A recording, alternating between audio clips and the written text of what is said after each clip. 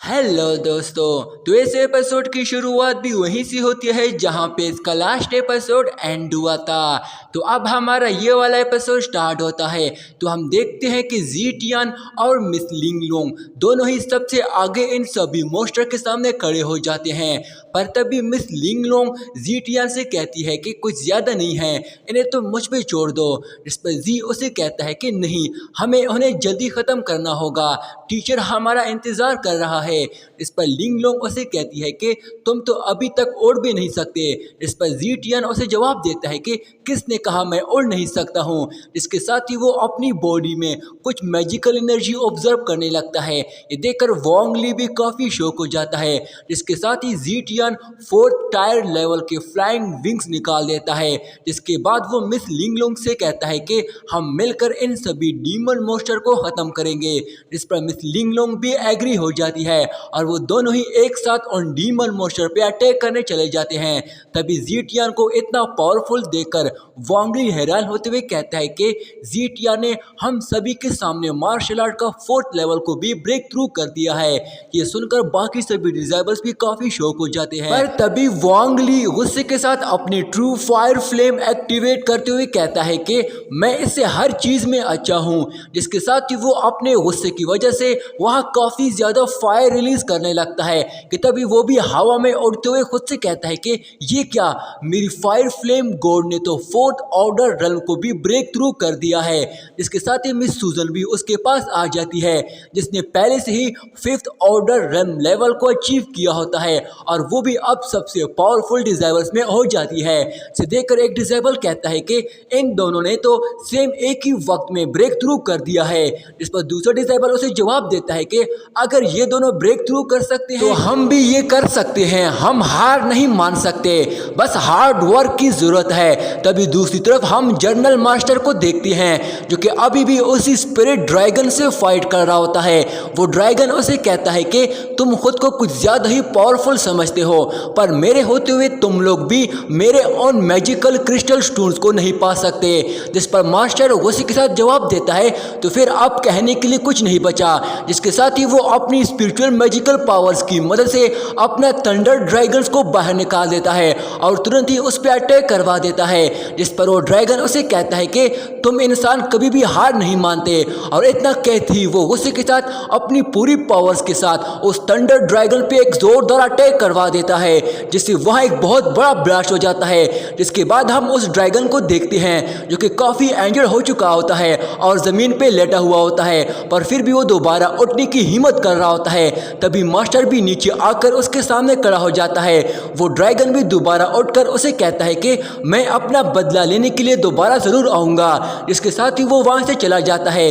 तभी वहाँ की सभी डिजाइबल्स भी खुशी से नाचने लगते हैं क्योंकि वो जीत जाते हैं। इसके साथ ही मास्टर भी बेहोश होकर गिर जाता है। इसके बाद हमें कुछ देर बाद का सीन दिखाया जाता है जहाँ हम कुछ क्रिस्टल स्टोन्स को देखते हैं। वहीं कुछ डिजाइबल्स बेहोश और इंजर्ड हुए डिजाइबल्स को वहां से उठाकर लेके जा रहे होते हैं। सभी डिजाइबल्स इस युद्ध जीतने के बाद वापस जा रहे होते हैं। इसके बाद शाम हो जाती है और मास्टर भी होश में आ जाता है और अपनी आंखें खोलता है। अपने डैड को दोबारा जिंदा देखकर मिस लिंगलोंग भी काफी खुश हो जाती है।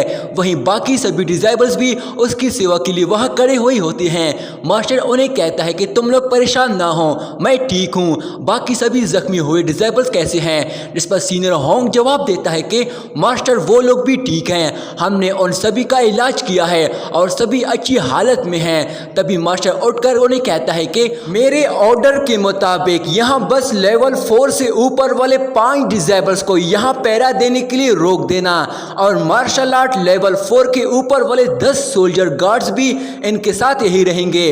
बाकी 100 magician warrior in crystal stones को लेके जाने के लिए काम करेंगे। हमारे पास वक्त बहुत कम है, जल्दी से इन सभी मैजिकल क्रिस्टल स्टोन्स को हमें वहां से निकालना होगा। इस पर सभी डिजाइबल्स मान जाते हैं। इसके बाद सभी डिजाइबल उस मैजिकल क्रिस्टल स्टोन वाली जगह की तरफ जाने लगते हैं। वहीं सामने ऊपर एक पहाड़ी पे प्रोफेसर और बाकी सभी मास्टर उन डिजाइबल्स को इनके परफॉर्मेंस के बारे में बताने लगते हैं, जिसमें सबसे टॉप डिजाइबल्स में से ज़ीटियान, मिस लिंगलोंग, मिस सूजन, वोंग ली और सीनियर होंग होता है। जहां प्रोफेसर उन्हें बताता है कि इन डिजाइबल्स ने यहाँ ब्रेक थ्रू भी किया है, तो तो इसके लिए इन्हें इनाम के तौर पर ज़्यादा कीमती चीज़ें और साथ में कुछ स्पेशल वेपन्स भी दी जाएगी। ये सुनकर वो सभी डिज़ाइबर्स उसका शुक्रिया अदा करते हैं, जिसके साथ ही प्रोफेसर ज़ीटियान से कहता है कि तुमने अपनी पावर्स पिछले 3 सालों से अब तक क्यों छुपा के रखी थी? तुम तो काफ़ी कमज़ोर दिखाई देते थे, लेकिन अचानक से तुम्हारी पावर्स इतनी ज़्यादा कैसे बढ़ गई? पर तभी वांग ली गुस्से के साथ कहता है कि ज़ीटियान ने चीटिंग की है क्योंकि इसने अपनी पावर्स छुपा के रखी थी, इसलिए आज तो इसे सजा देनी चाहिए। पर तभी मिस लिंगलुंग जवाब देती है कि कोई अपनी पावर्स छुपा कर रखे ये कोई जुर्म तो नहीं हुआ, इसमें कोई भी गलत काम नहीं हुआ है। इवन कि मुझे लगता है ज़ीटियान ने अपनी पावर्स को बिल्कुल सही टाइम पे यूज़ किया है। अगर ये पहले अपनी पावर्स दिखाता तो शायद तुम सभी अब तक इसके फैंस हो गए होते। इसलिए ज़ीटियान ने आज जो भी किया है बिल्कुल सही किया है। इस पर मास्टर इन दोनों को चुप कराते हुए कहता है कि अभी इस वक्त ऐसे बातें करने का सही वक्त नहीं है। तभी एक फीमेल टीचर जिसका नाम ज़ैनहीर होता है वो सभी डिज़ाइबर्स को बताती है कि अगले महीने मार्शल आर्ट कंपटीशन होने वाला है जो कि दूसरी एकेडमी के डिज़ाइबर से होगा।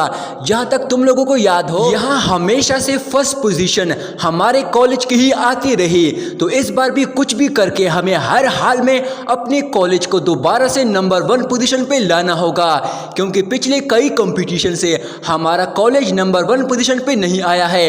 ये कंपटीशन हमारे लिए बहुत ही इम्पोर्टेंट है, इसलिए जो भी इस कंपटीशन में सबसे अच्छी परफॉर्मेंस देगा उस डिज़ाइबर को सबसे ज़्यादा अच्छे इनाम दिए जाएंगे, और वो सभी इनाम इतने पावरफुल और इतने कीमती होंगे जो तुम्हारे ब्रेक थ्रू के लिए काफ़ी रहेंगे।